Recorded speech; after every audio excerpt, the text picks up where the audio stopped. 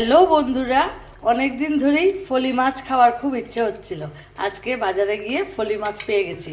তো শীতের দিনে কালো জিরে আর ধনেপাতা দিয়ে ফলি মাছ খুব ভালো লাগে খেতে। তাই আজকে আমার কিচেনে রান্না হচ্ছে ফলি মাছ। এই দেখুন কিভাবে রান্না করলাম।